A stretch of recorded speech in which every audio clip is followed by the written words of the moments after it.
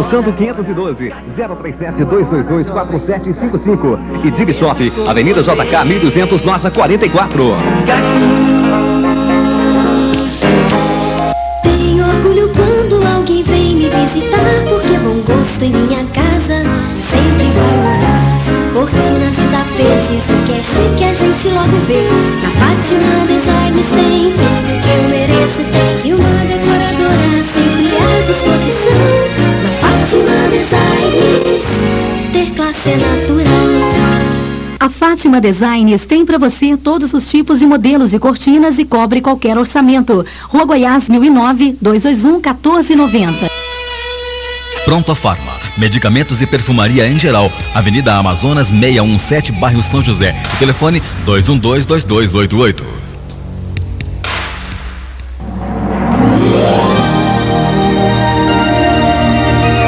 Confecções é com a Corpore, Rua Pernambuco 702 e 708. Corpore Indústria e Comércio. Telefone 222-1355.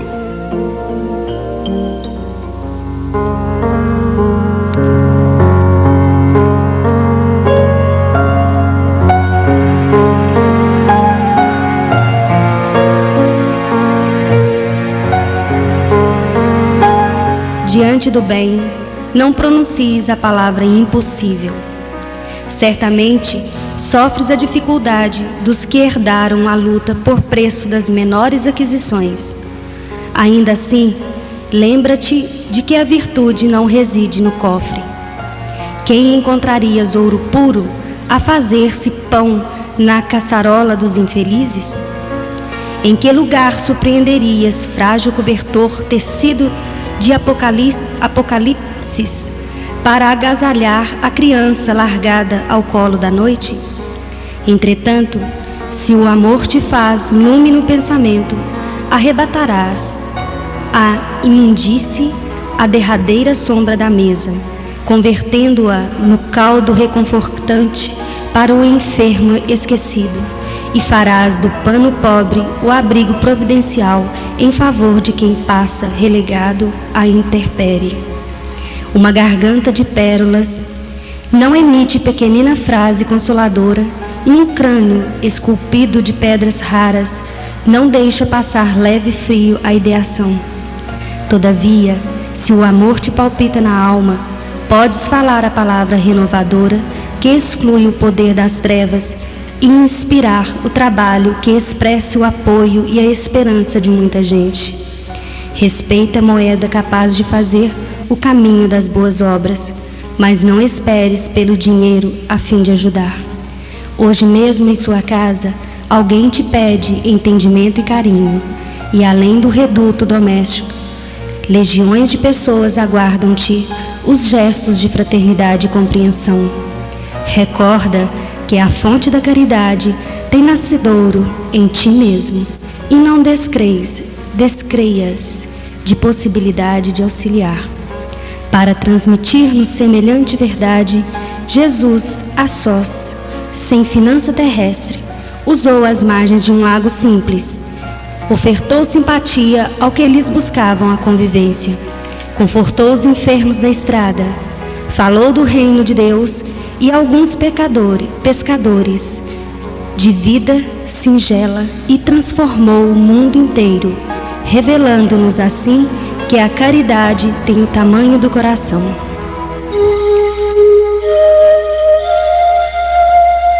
Estamos iniciando mais um programa Projeto Futuro, reunidos nesta grande sala de aulas para levar até você a mensagem espírita. O programa Projeto Futuro é uma produção do CEP, Centro de Estudos e Pesquisas Espíritas. Realização AME, Aliança Municipal Espírita de Divinópolis.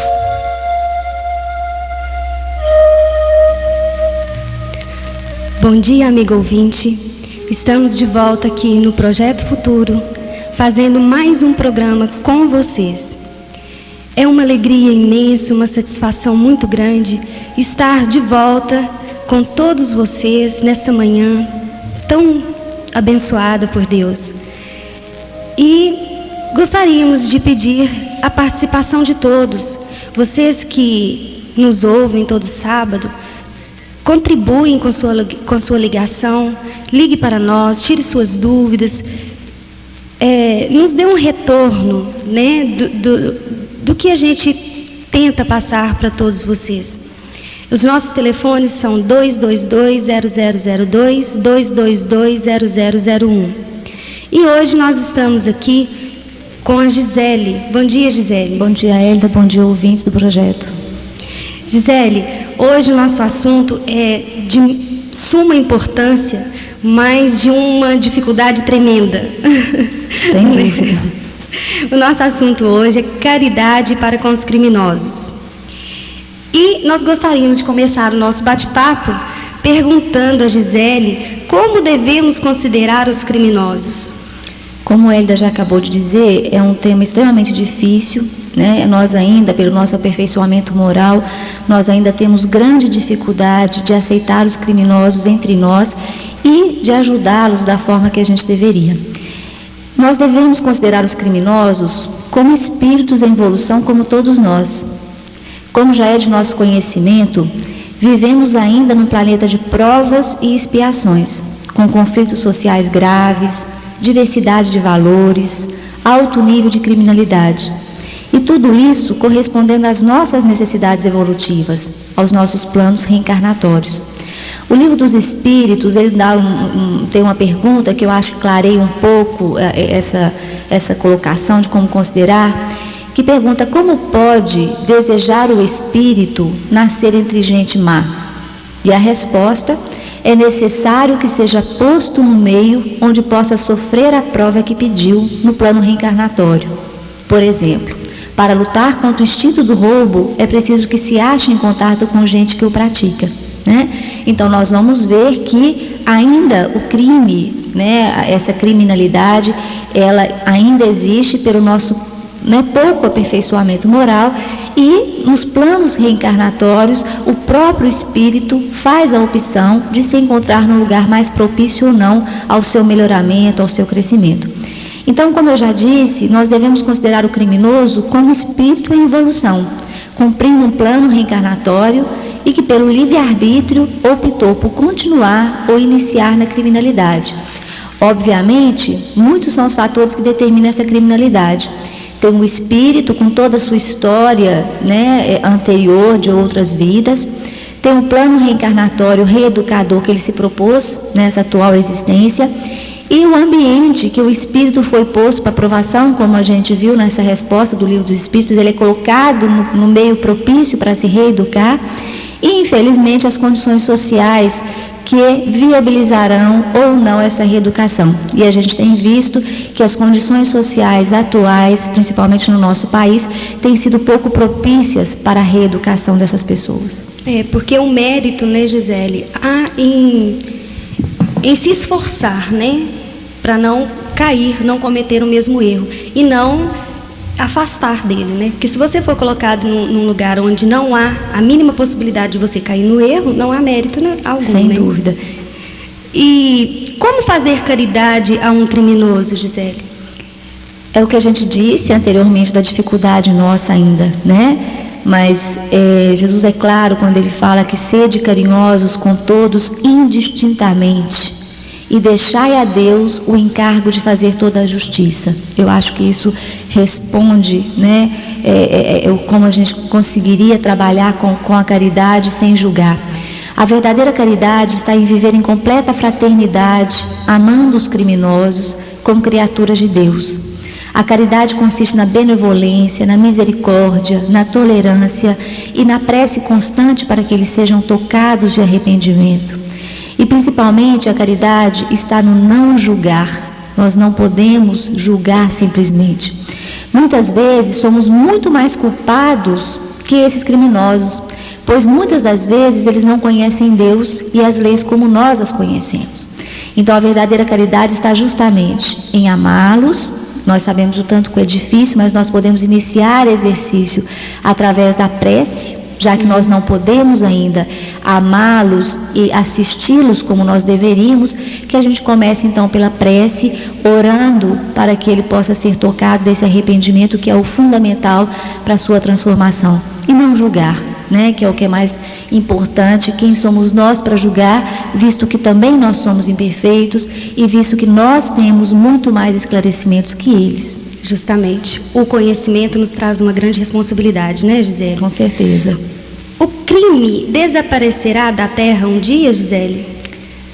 Sim, né? Permite Deus que entre nós haja criminosos para que sirvam de ensinamentos. Em breve, né, e a gente espera que seja breve mesmo, quando os homens se encontrarem submetidos às verdadeiras leis de Deus, eles já não serão necessários. Como vivemos num planeta de provas e expiações, ainda encontramos grande diversidade de valores, injustiças sociais e alto nível de criminalidade, né, como eu respondi na primeira pergunta. À medida que formos evoluindo, à medida que formos nos aperfeiçoando, esses problemas diminuirão, até finalmente desaparecerem da Terra. Aqueles que não conseguirem se afastar desses erros, desses crimes, que não conseguirem um nível evolutivo, um nível de aperfeiçoamento, eles não permanecerão na Terra e serão conduzidos a outros inferiores, né? Então, nós sabemos que à medida que nós formos evoluindo, nós conseguiríamos ter um planeta melhor, um planeta mais justo, né? E aí, quem não conseguir se adequar, com certeza não estará conosco. Justamente. Um dia eu ouvi dizer, Gisele, uma pessoa dizendo que um dia a Terra será um planeta onde não haverá mais guerra, não haverá mais criminosos, onde não haverá mais nada dessas provas, né, que existem por aqui. Aí, a pessoa que estava ouvindo entendeu, sabe, que o mundo, a Terra, o planeta Terra passará por uma transformação. E a gente vê que não é isso que acontece, né? Nós sabemos que somos nós, os habitantes da Terra, os espíritos que aqui encarnam, é que temos que nos melhorarmos, né? Nos desenvolvermos, né? Sanar nossas dívidas, né? Deixar nossas mazelas para trás, para a construção desse planeta de regeneração, né? Para esse planeta melhor, esse planeta sem guerra, sem criminalidade. E isso é muito interessante porque a maioria das pessoas acham que a Terra é o planeta que vai passar por uma transformação. E somos nós dia a dia, né? Somos nós dia a dia. Devemos expor a própria vida para salvar um criminoso, Gisele?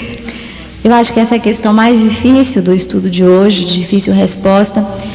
Porque o primeiro ímpeto que nós temos na resposta, pelo nosso pouco aperfeiçoamento, pelo nosso pouco adiantamento moral, a gente responde de imediato que não, é óbvio que não, né?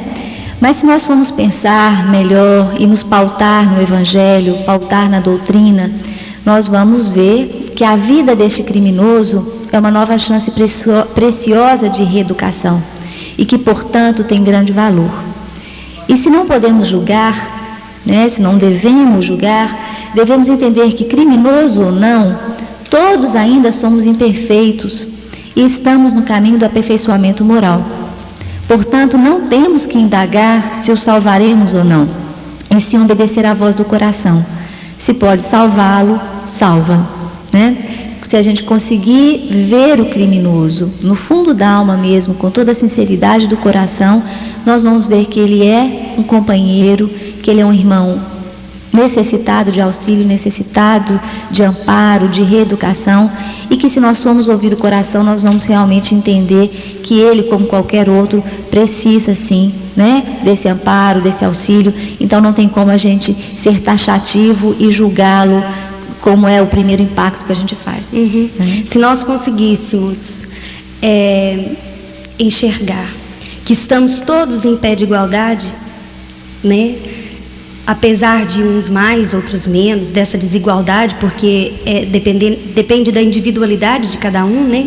Isso é respeitado, mas estamos em pé de igualdade. Se estamos aqui, todos juntos, no mundo de expiação e provas, é porque, com certeza, todos nós temos muito a expiar e muito a provar. Com certeza. Né? Gisele, a morte seria um bem para o criminoso? A morte é apenas o retorno para o mundo espiritual, de onde viemos e para onde sempre retornaremos. Um processo evolutivo normal de encarnações e desencarnações, mortes, que se repetem sucessivamente na busca do aperfeiçoamento moral do espírito.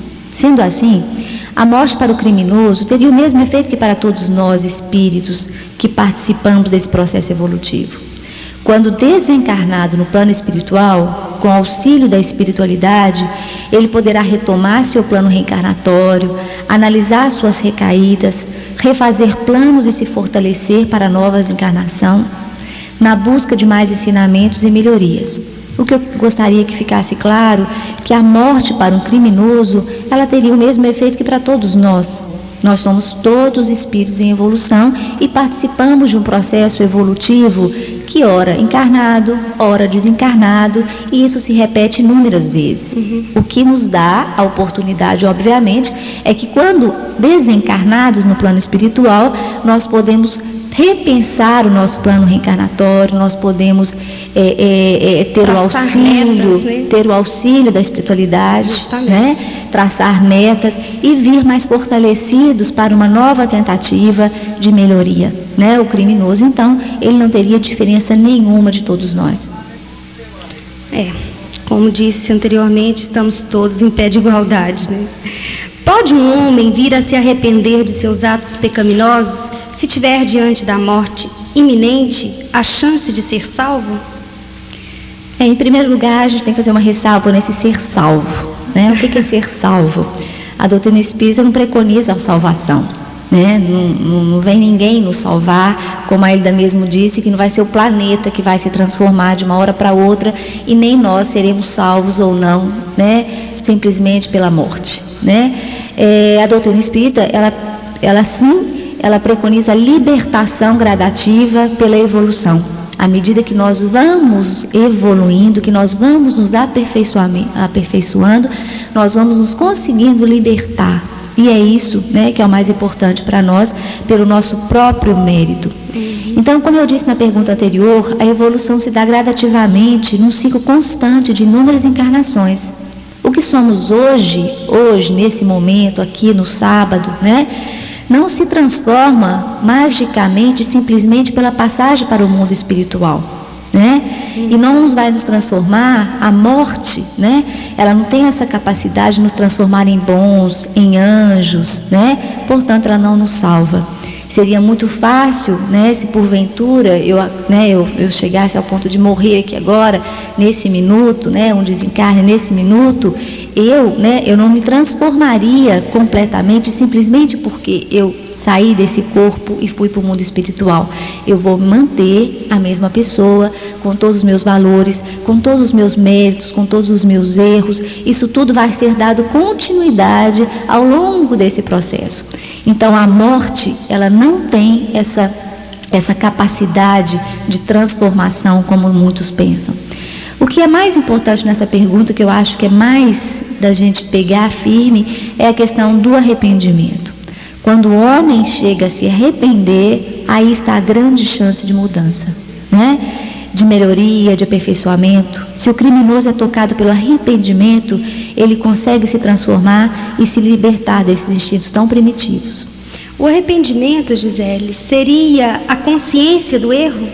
Com certeza, a consciência do erro, e aí é que entra a grande função nossa enquanto irmãos fraternos, enquanto caridade, que é aproveitar esse momento. Nós temos 2 momentos da caridade, que é orar muito para que ele se arrependa, e no momento do arrependimento que a gente tenha condições de ampará-lo, na reeducação, no replanejamento da sua vida familiar, na construção, reconstrução da sua vida social, com o trabalho, né?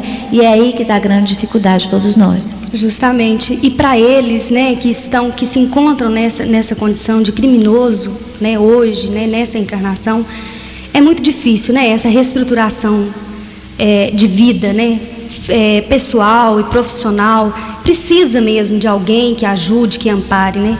E que mérito desse que está ali do lado para dar a mão. Com certeza. Imagino que deve ser muito grande. Gisele, qual a posição da doutrina espírita diante da pena de morte? O direito de expor da vida, só a Deus assiste.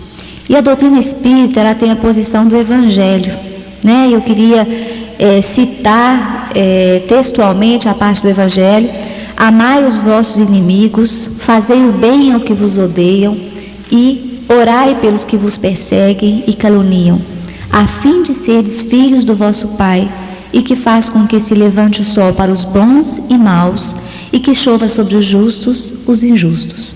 Diante dessa passagem do Evangelho e do que já dissemos sobre a morte, nós acreditamos que esta não seja a maneira mais correta de banir a criminalidade, e sim a mais fácil e rápida.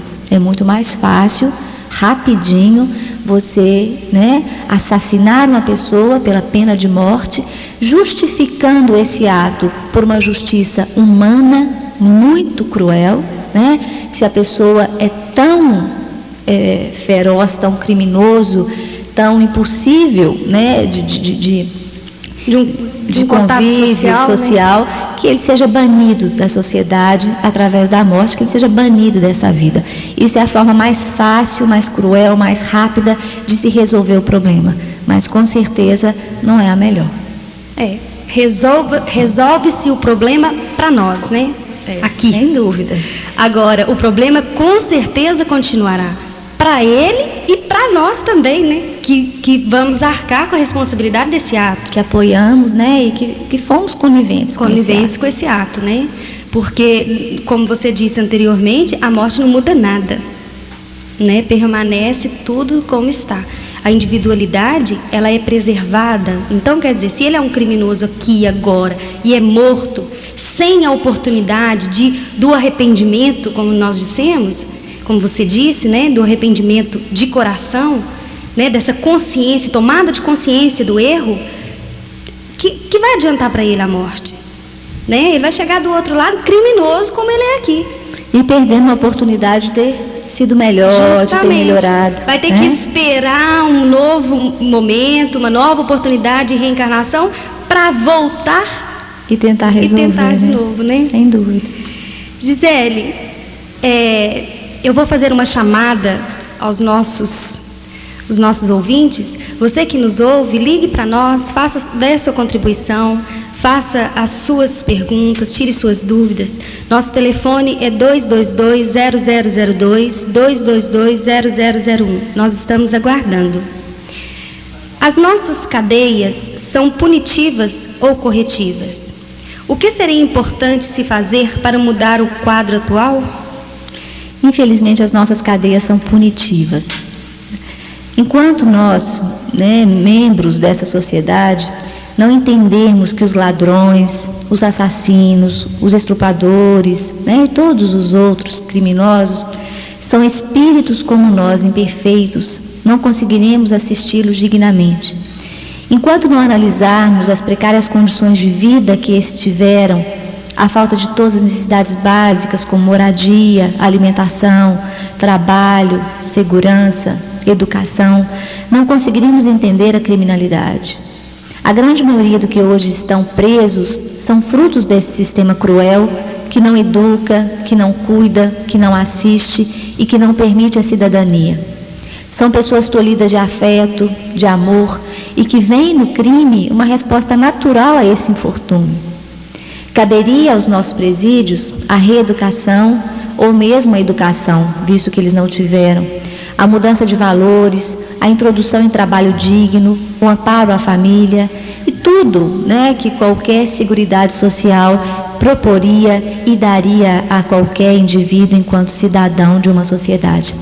Infelizmente, elas continuam sendo punitivas porque, nós temos uma visão do crime, como a gente já disse, eu estou falando que o criminoso, ele deve ser banido a qualquer preço da sociedade, ele deve ser afastado de qualquer forma do convívio social. Isso quer dizer que, para ele, não se precisa ter grandes gastos, e aí justifica que as nossas cadeias estão superlotadas pela pouca infraestrutura e pela situação econômica, social e mudanças de valores que a gente vem vivendo hoje. As nossas cadeias, pela grande quantidade de pessoas, ela acaba dando uma condição precária de higiene, de alimentação.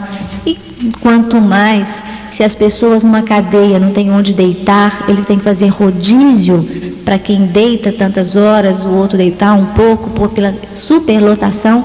Se eles não têm um lugar para deitar e nenhuma alimentação digna, o que a gente dirá então da educação, da transformação, da mudança de valores, né? Nós só vemos o quê? Um lugar em que propicia um maior aprendizado do crime, um lugar que deterioriza os valores das pessoas, um lugar que vem só deteriorar e piorar a moral desses indivíduos que se encontram presos. Então, infelizmente, elas não são corretivas por isso. Para ser corretiva, os nossos presídios precisariam de um grande desejo social, né, político, em que a sociedade, enquanto cidadãos, nós cidadãos fraternos, se a gente conseguisse ser fraterno, né, que a gente conseguisse pressionar os nossos políticos e tentar, né, junto a esses políticos, dar uma assistência melhor a todos os componentes da sociedade, sejam os presidiários, sejam os doentes mentais, sejam, né, as crianças delinquentes nas FEBEMs, que hoje não tem mais FEBEM, mas os delinquentes, todas as pessoas, os velhos, como a gente tem visto na televisão, o descaso com os velhos. Então, nós temos que colocar o criminoso no bojo de toda a sociedade. Ele é um membro da nossa sociedade, ele não é diferente por ser criminoso, ele talvez seja dos membros todos, ele talvez seja um dos mais difíceis da gente aceitar, de lidar, de conviver, e por isso que a gente faz tão pouco caso deles e a gente pressiona tão pouco aos nossos governantes para dar uma melhor condição, né? A gente está sempre vendo as pessoas brigarem, se organizarem para melhorar a assistência do doente mental, para melhorar a assistência dos demais doentes, ou até dos velhos, mas a gente vê que a própria sociedade, ela não se organiza para cobrar dos dirigentes uma condição presidiária melhor, porque infelizmente no nosso íntimo ainda, no nosso pouco aperfeiçoamento moral, nós ainda temos um pouco caso com os criminosos, porque a gente acaba achando que é muito mais fácil mesmo bani-los do nosso convívio do que reeducá-los e estar com eles. Justamente, Gisele. Gisele, nós, na maioria das vezes, achamos que o crime, né, a criminalidade está restrita unicamente na classe social baixa, sabe, na miséria, na pobreza. E uma ouvinte nos ligou e queria saber a respeito do criminoso que nasce em berço de ouro. Nós não podemos esquecer que o criminoso, ele, como todos nós, obviamente, nós somos o conjunto de fatores. Né? Quem é Hélida, quem é Gisele, quem é João, é uma somatória de fatores. Alguns deles que vêm junto com a gente nas nossas matrizes perispirituais, que são marcas em nós, espíritos de outras encarnações. Nós, como nós dissemos, a morte não nos muda nada, então nós vamos acumulando experiência ao longo de nossas existências. Esse é um fator que, né, determina o nosso ser hoje. Outro fator seria o plano reencarnatório que a gente faz para essa atual existência. Essa atual existência eu fiz um plano reencarnatório. Um terceiro seria os fatores ambientais que eu encontro, que são propícios ou não a eu conseguir melhorar, crescer, né? E desses fatores todos, a gente também tem a questão da doença, né? A doença mental. Nós já fizemos um programa há algum tempo atrás sobre a doença mental e que nós vimos que grande parte, né, dos doentes mentais, eles também têm alguns, né, pela impulsividade, pela agressividade, eles também podem se tornar criminosos, né? Eles cometem homicídios, eles também roubam. Existem o caso das drogas, que para poder fazer a utilização da droga, essa pessoa mata, essa pessoa rouba, né? Então, a ouvinte que fez a questão, nós vamos ver que grande parte, eu não sei dizer a porcentagem, mas a maior parte das pessoas que se encontram hoje nesse estado de crime, os criminosos, a grande parte deles advém de uma situação financeira muito precária, com pouco aprendizado dos valores morais. Isso tudo somado, é lógico, com o que ele já trouxe anteriormente, como eu disse, mas grande parte deles diz de pessoas com baixo nível social, sim. Mas nós não podemos esquecer de uma outra porcentagem de criminosos, que são exatamente esse da sua dúvida, que são estes criminosos que, por questões de vidas passadas ou por doença mental, né, por uma situação psíquica de viver a situação do homicídio, de viver nas drogas, isso tudo tem um peso muito grande, e a gente vai ver que são pessoas que muitas vezes nós até nem sabemos estatisticamente delas, porque elas nem se encontram nos presídios. Elas estão aqui fora porque são pessoas que, como têm uma condição financeira melhor, são pessoas que não são pegas por essa justiça humana nossa. Nós não podemos esquecer os estelionatários, que são um dos maiores criminosos, que usam do dinheiro alheio, né, que fazem, que sem função social nenhuma, são pessoas que usam o dinheiro de uma forma passando as pessoas, terá que, né, em outras oportunidades, tentar se modificar. Eu espero que tenha esclarecido a nossa ouvinte. Gisele, nós gostaríamos de agradecer a você por estar aqui nessa manhã conosco. Eu que agradeço a oportunidade. E agora nós vamos passar aos nossos comerciais, e no segundo bloco nós teremos a Lena conversando com o Renato. Vista-se a moda e sinta a emoção de viver agora as cores da estação. Cactus, a sua moda jovem. Cactus, a sua moda agora. Cactus nos momentos com você. Cactus, Espírito Santo 512, 037-222-4755. E Dig Shop, Avenida JK 1200, Nossa 44. Chaveiros ABC, Avenida 1º de Junho, 697. Telefone 221-9288.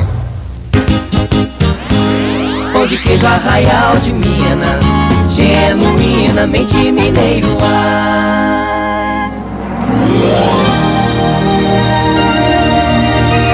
Confecções Ecoa Corpore, Rua Pernambuco 702 e 708. Corpore Indústria e Comércio. Telefone 222-1355. Tenho orgulho quando alguém vem me visitar, porque bom gosto em minha casa sempre vai morar.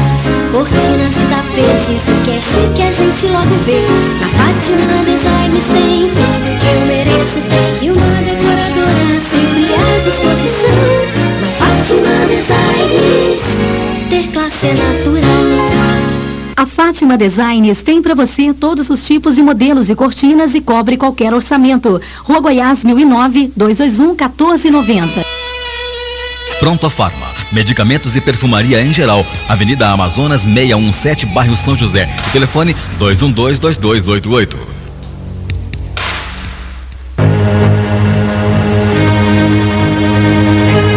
Você sabia que a espiritualidade sempre procurou despertar-nos para a importância da tolerância? Fala-se muito em tolerância, porém pouco se vive este tão nobre auxiliar do amor. A tolerância perde e doa, sofre e desculpa. Parafraseando São Paulo, em torno da caridade, não se irrita, não maldiz, não sofre, não ultraja, não fere. Ajuda sempre, disposta a servir, acendendo a clara luz do amor em todos os corações. Bom dia, amigos ouvintes. Estamos aqui dando continuidade ao programa Projeto Futuro. Um prazer muito grande estarmos juntos. E vocês que desejam participar no final do programa do sorteio de um livro espírita, de uma revista espírita, liguem para nós. O nosso telefone é 222-0001 e 222-0002. E nós estamos aqui dando continuidade com o nosso companheiro Renato. Bom dia, Renato. Bom dia, Helena. Bom dia, ouvintes do Projeto Futuro. É um prazer participar mais uma vez deste programa. E hoje nós vamos conversar com o Renato a respeito do tema retribuir o mal com o bem. Na primeira parte, a Gisele falou sobre perdoar, né, os criminosos, a caridade com os criminosos, e agora a gente vai fazer retribuir o mal com o bem, que vem completar o assunto dela. E o que nós vemos realmente são as pessoas falar, mas como que eu vou, né, retribuir o mal de alguém com algo bom? Quer dizer, e o meu orgulho? Como é que eu fico nessa? Então a gente gostaria, Renato, que você iniciasse respondendo: que recompensa teremos em retribuir o mal com o bem? Bem, Helena, vamos deixar bem claro que o bem semeia a vida, já o mal semeia a morte. O bem é o movimento evolutivo na escala ascensional para a divindade. E o mal é o atraso, é o desequilíbrio. Portanto, o bem é o único dissolvente do mal. E esta é a sagrada oportunidade que o verdadeiro cristão tem de colocar à prova a sua paciência e sua resignação. Retribuir o mal com o bem é ser diferente, não se igualando com aquele que nos ofende. É estar em outra sintonia mais elevada, junto com nossos amigos espirituais, passando por cima de nosso orgulho, do nosso egoísmo, seguindo o exemplo do Cristo. Amai-vos uns aos outros como eu vos amei. É ser benevolente e indulgente para com os menos esclarecidos. Se cada um trabalhar esta consciência, estaremos começando a vivenciar o perdão das ofensas.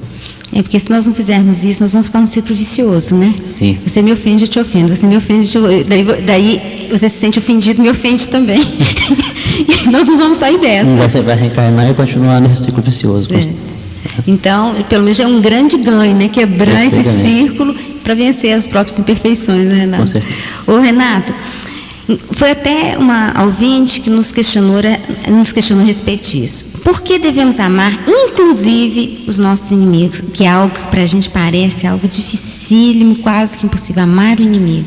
Amar aquele que matou um filho, amar aquele que fez todas as maldades com você, aquele que te bateu, aquele que te caluniou.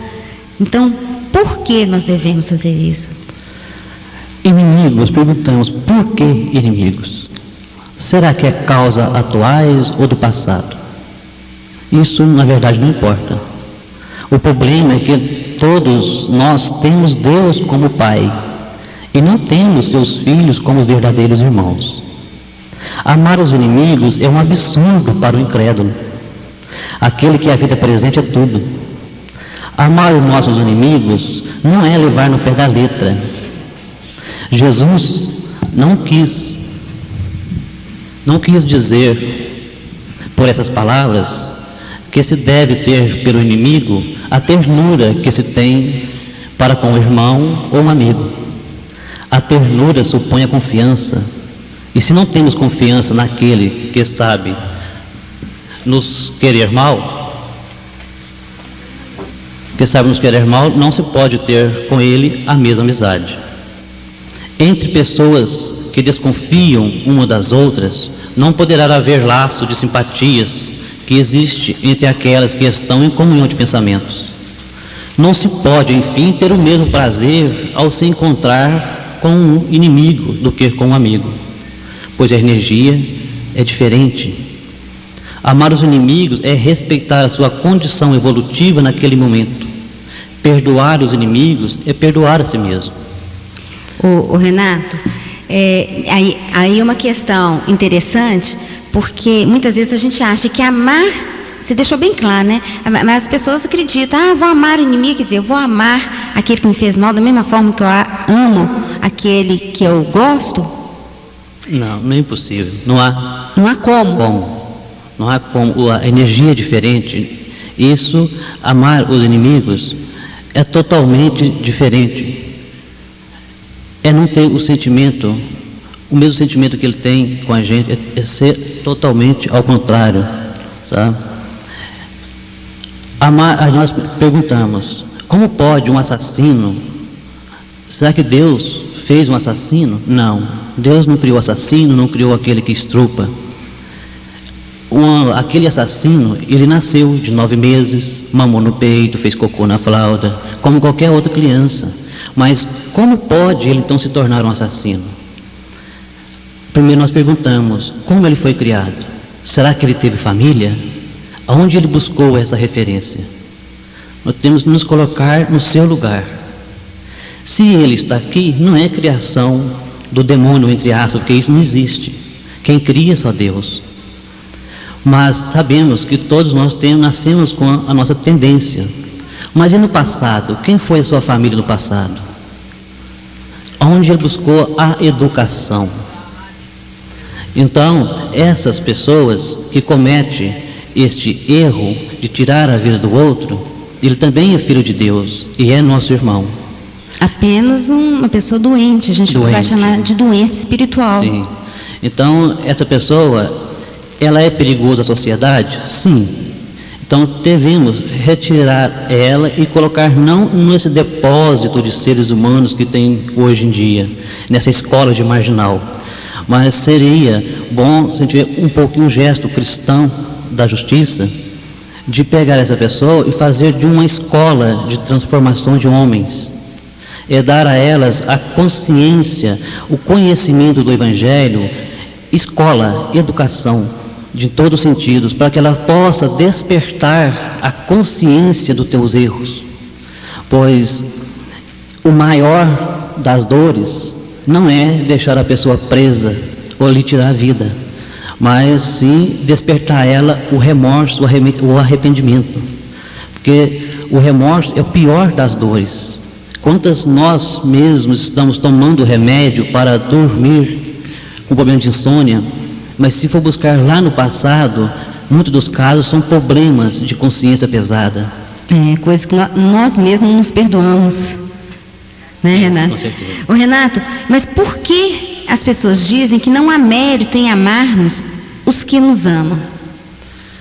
Amar os que nos amam, os nossos afins, é muito fácil e natural, pois é sinal que já existe uma comunhão de pensamento, já existe um laço afetivo, uma sintonia. Uma afinidade de pensamentos. Com certeza. E quando nós perdoamos amigos, é dar-lhes simplesmente uma prova de amizade. E só nos resta apertar ainda mais esse laço de simpatia, de afinidade no nosso dia a dia. Mas a missão do verdadeiro cristão é levar a luz a todos aqueles que se encontram nas trevas. Ou seja, colocam a candeia sobre o candeeiro, a fim de que ela clareie todos aqueles que estão em casa. Com o amor ao próximo, como o amor ao próximo é o princípio da caridade, a caridade é individual, amar os inimigos é sua aplicação sublime. Porque essa virtude é uma das maiores vitórias alcançadas sobre o nosso orgulho e sobre o nosso egoísmo. Como podemos dizer que amamos Deus se não amamos nosso próximo? Sempre que acontece uma ofensa, pedimos justiça, mas sempre confundimos com vingança. E é bom lembrar que, pelo amor, nós nos colocamos acima daqueles que nos ofendem, e pela vingança nos colocamos abaixo deles. Renato, mas então, como deve ser o nosso comportamento diário com as pessoas que nos rodeiam? Podemos buscar uma referência no Livro dos Espíritos, na questão 886. A pergunta é a seguinte: qual o verdadeiro sentido da palavra caridade como entendia Jesus? A espiritualidade nos responde o seguinte: benevolência com todos, indulgência para com as imperfeições alheias e perdão das ofensas. Ou seja, sendo caridosos, não somente naquela caridade material, onde damos uma cesta básica sem sequer perguntar o nome do pedinte, mas é ir mais além, é ir ao encontro das misérias ocultas, daquele que nos ofende, porque ali não há um espírito mau, há um espírito ignorante. Sendo indulgente para com os defeitos de nossos semelhantes, em lugar de menosprezar a ignorância e o vício, é instruir e moralizar aquele espírito, sendo dóceis, benevolentes para com todos que nos são inferiores. Assim teremos obedecido à lei de Deus. Ô, Renata, você falou uma coisa interessante. Às vezes a gente não está muito bem com a gente mesmo, está com alguma dificuldade, um problema. Nós estamos andando pela rua, né? voltados para nós mesmos, e de repente passa uma pessoa que a gente nunca viu, não conhece, e nos emite um sorriso, aquele boa tarde, um bom dia, de uma forma tão espontânea, tão vibrante, como aquilo nos ajuda. Muito mais do que se alguém tivesse chegado para nós e nos desse alguma coisa material que a gente estivesse precisando tanto.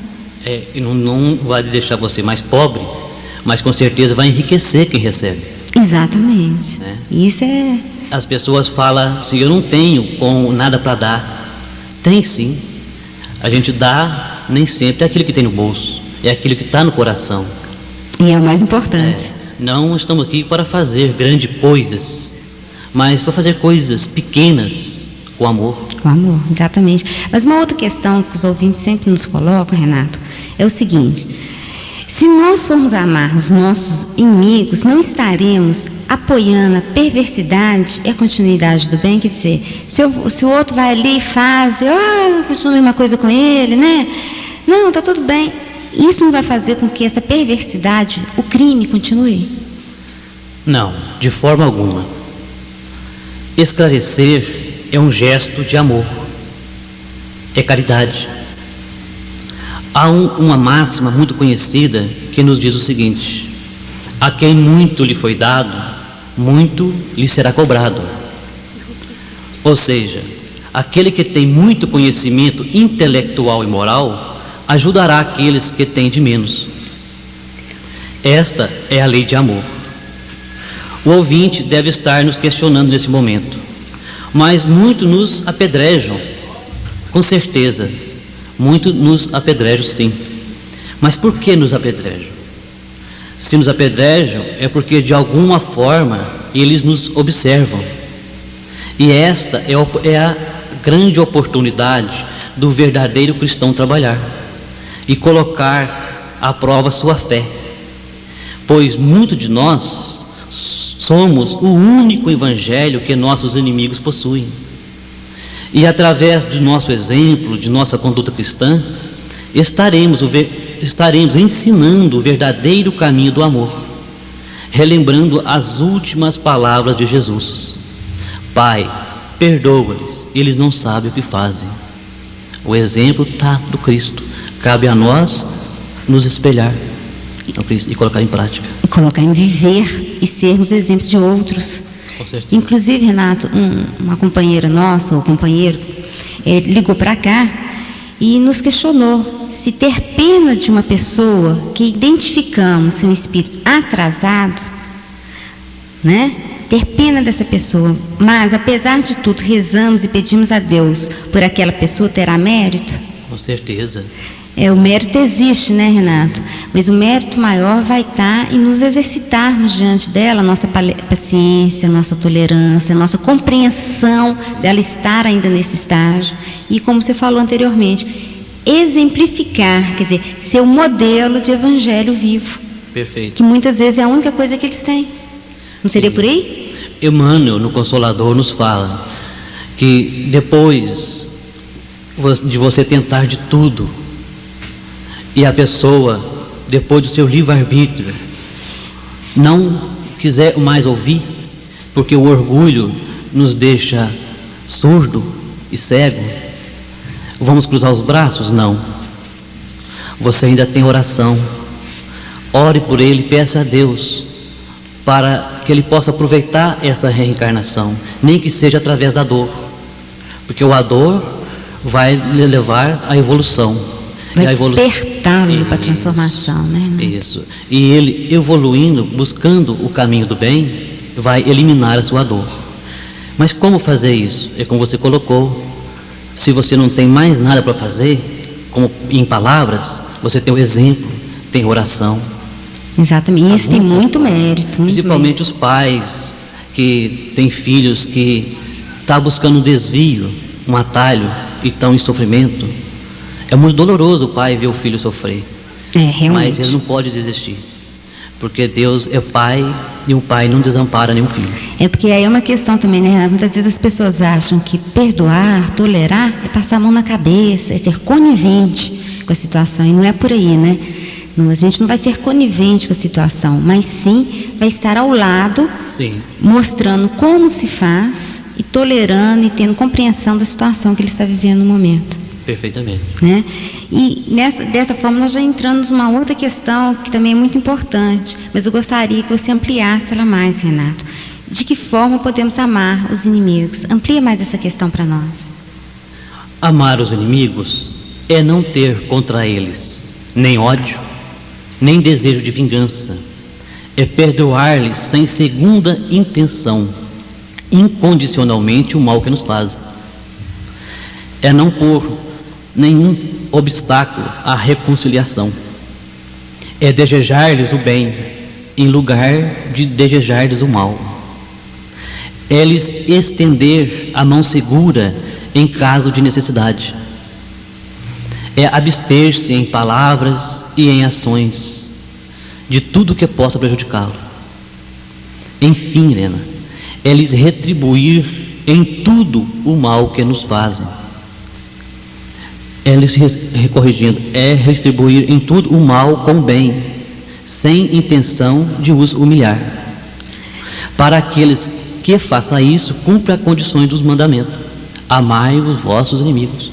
Renato, mas mesmo dentro dessa faixa de restrição aí, igual você falou, estender a mão na hora que ela precisar, você estender e ajudar, independente do passado, independente da situação que vocês vivenciem.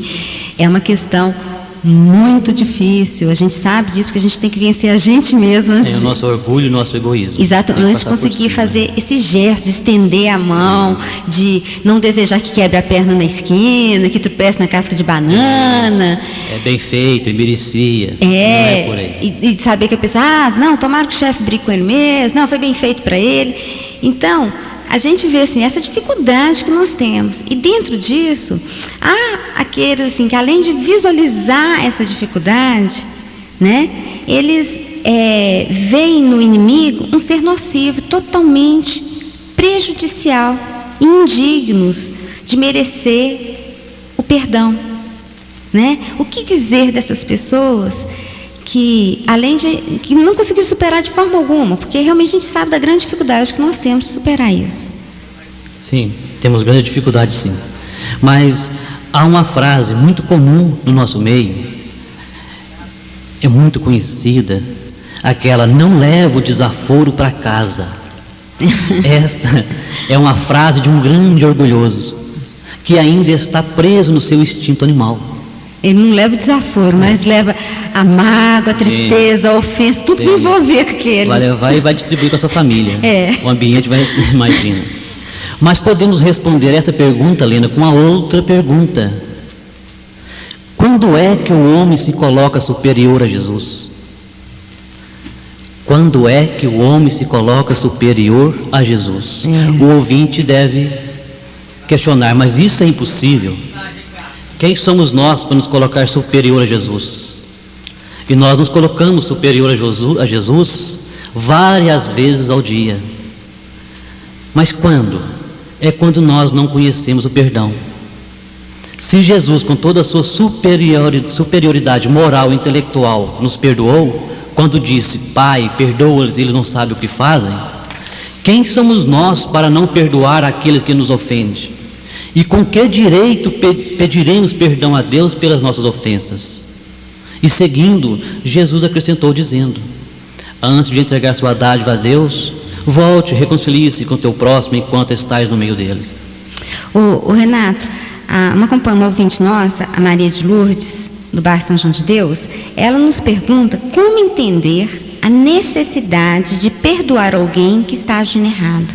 Então, como a gente vai entender uma pessoa, né? Qual a necessidade de a gente perdoar alguém que está agindo errado? Olha, o perdão é perdoar a si mesmo. Você, quando perdoa alguém, você está entrando em outra sintonia e respeitando a condição daquele momento. É importante que as pessoas saibam, né, Renato, que ninguém ofende ninguém, ninguém magoa ninguém, ninguém fere ninguém. Isso. Nós é que nos deixamos ferir, magoar. Pela lei de sintonia. Exatamente. Quando Jesus diz, né, perdoa toda a humanidade, estava sendo crucificado, humilhado, ultrajado.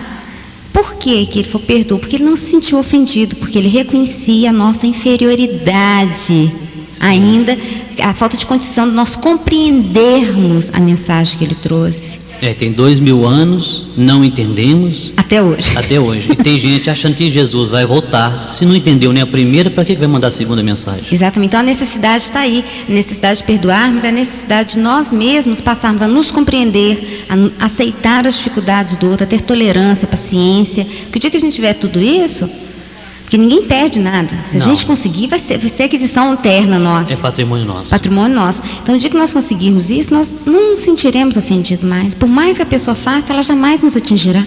A gente olha, você, coitado, meu filho, você ainda está aí, sai dessa, vem para cá. Exatamente, porque o ângulo de compreensão nosso vai aumentar demais. Com certeza. Ô, Renato, nós estamos chegando ao final do nosso programa e gostaríamos que antes da gente encerrar, você deixasse para nós a sua mensagem final.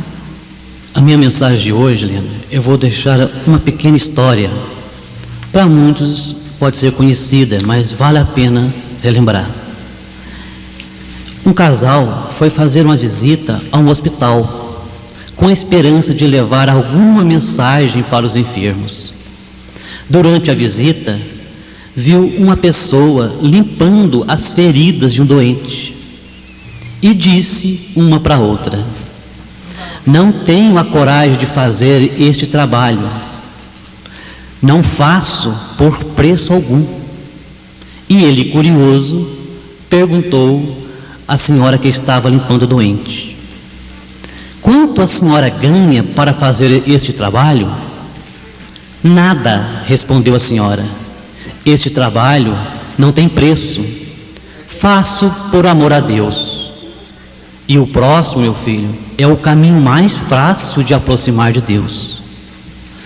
Agora você, ouvinte, eu peço que reflita: quem será o mais doente? É aquele que está com a ferida, ou será aquele que está com o corpo perfeito, entre aspas?